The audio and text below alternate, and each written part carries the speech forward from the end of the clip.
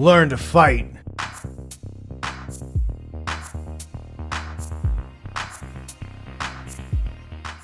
Yo, John Fitch here.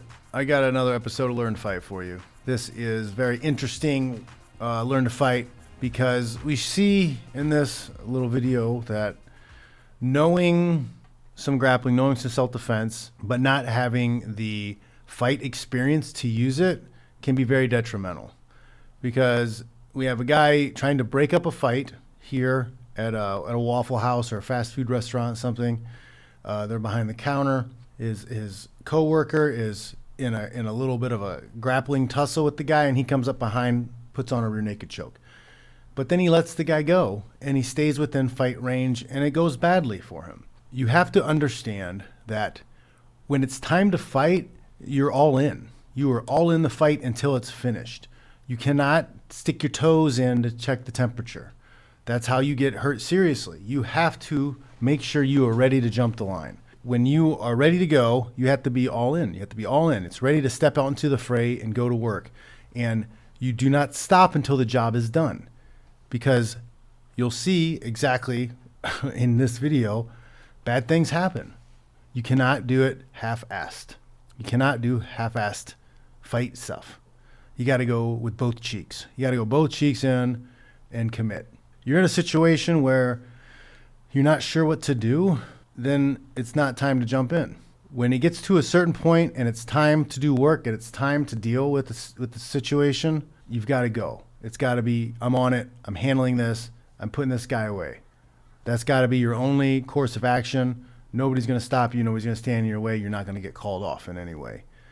Because if you don't, like that other guy, he's in a fight mindset. He's ready to go to work. He's already tangling up with somebody. If you step in and you're kind of halfway doing it, you're not there. You're not ready for it. All right. So this guy, he's got some knowledge of technique, but he does not have fight experience. So he doesn't understand that point. He doesn't understand that when you're in, you're all in. You're all the way in or you're all the way out. There's no in-betweens. Let's check this video out and you guys can see for yourselves. We get started right here. You see there's a little tussle going on. The guy sneaks behind him, puts the choke on.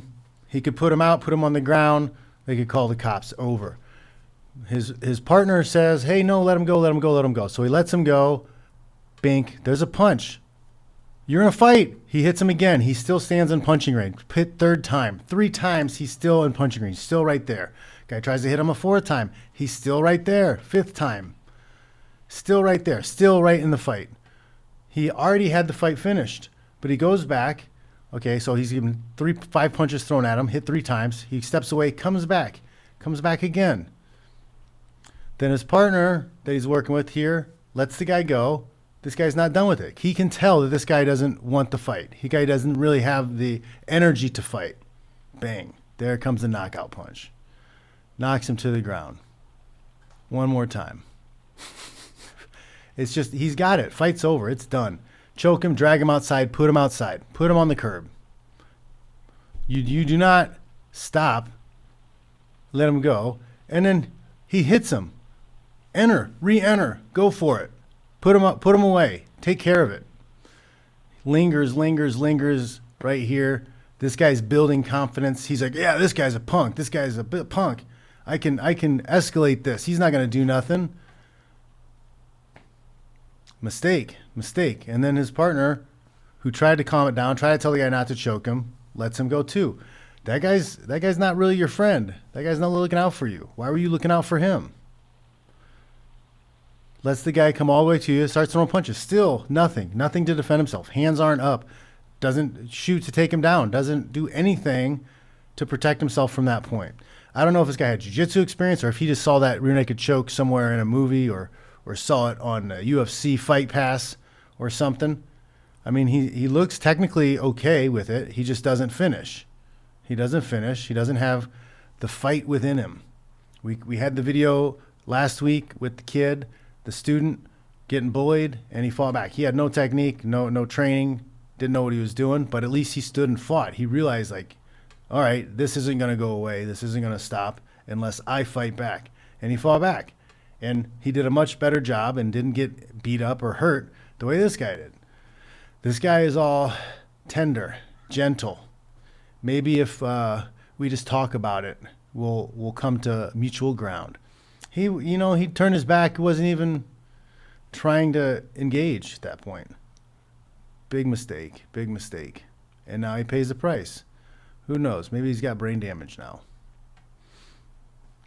Right? And I don't know.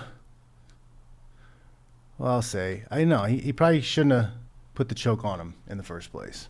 I'll say that. Yeah, he shouldn't have. Because they're having words. I didn't see any punches thrown yet at that point. Wait and see, because you are probably going to lose your job if you choke a customer. You may find legal issues also if you choke a customer.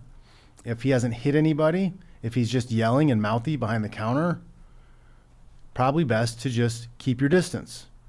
The second he starts hitting people, then you have a right to defend, because now he's hurting people. You can answer that violence with the appropriate level response. This little hand fighting, little pushing, it's too early. He should not have done that. But once he made the decision to enter the fight, you've got to go all out. Once you've made the decision, I'm in this fight, I'm doing something about this fight, I'm going to engage, you don't stop until you're finished. You don't stop until the very end. And this is a great example of why you don't do that.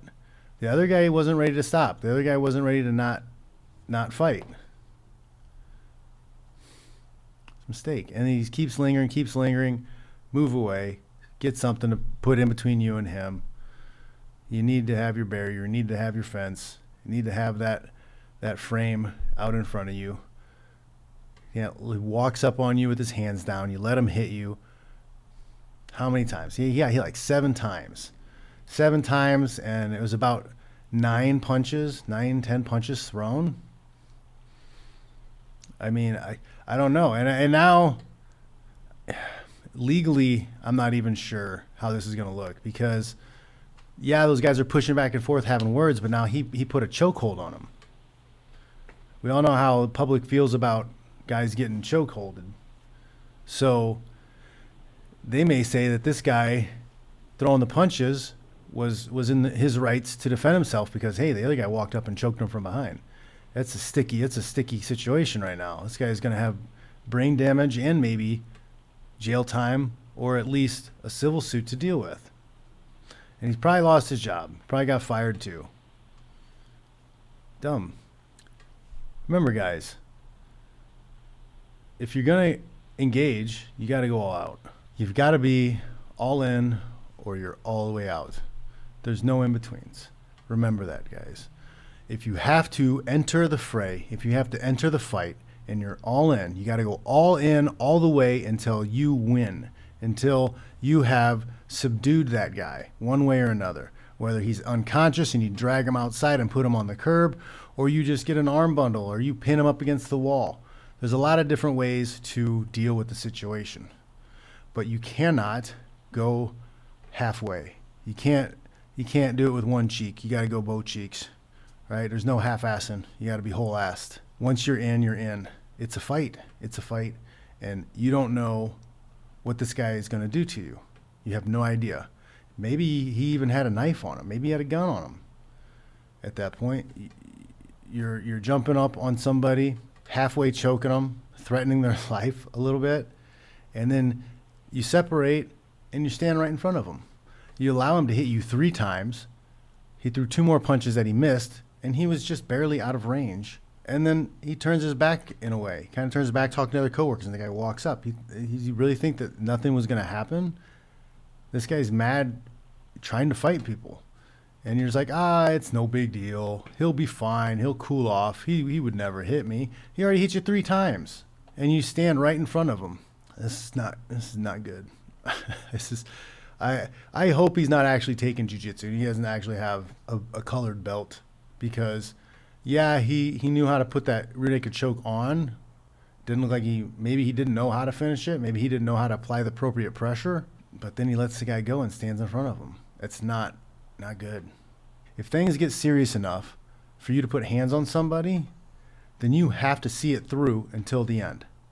Whether that means you choke them unconscious or you just get to a superior position to restrain them so that they can't do anything. They can't hurt anybody else. That's what you got to do. None of this halfway stuff. None of this hanging out. None of this lingering. You can't allow him to stay in the fight at all. Better off working a clinch. He would have been better off digging an underhook, pushing him to the wall. There's plenty of things he could have done to allow this guy to cool down, chill out. He could have de-escalated things, but he didn't. He went right for the choke, didn't put it on very well, didn't finish it, and then let the guy go, and then hung out in front of him. A lot of mistakes here. A lot of mistakes, guys. Don't make those mistakes. Get to a gym. Get some training. Intro to Practical Self-Defense course is free. Follow the Gum Road. Practical Self-Defense course is coming out very soon. Keep checking that. I'll probably put that in the description below. It'll be on the Gum Road anyways, so the Gum Road link will take you there. Thanks for watching, though, guys. I appreciate you. Stay safe. Things are getting wild out there. Criminals aren't being punished. Police aren't being allowed to do their job. It's rough. And if you aren't prepared, bad things can happen quickly. Okay? Thanks for watching. I hope you guys learned something. I appreciate you guys liking, sharing, subscribing, but make sure you're taking action. Take action. Take action to make sure that you are competent in self-defense, that you are going to be able to defend yourself if bad actors come and do bad things or try to do bad things to you and your loved ones, the people you care about, the people you want to protect.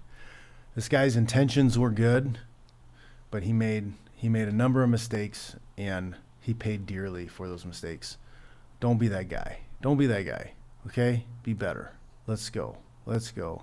You have a God-given right to self-defense. Do not forego that right. Make sure you know something. Make sure you train. And no, guns and knives are not magic. All right? Stop acting like they are. Just because you have one doesn't mean it's going to work. Doesn't mean you're going to get it accessed and be able to use it appropriately. Thanks, guys. I'll check you later.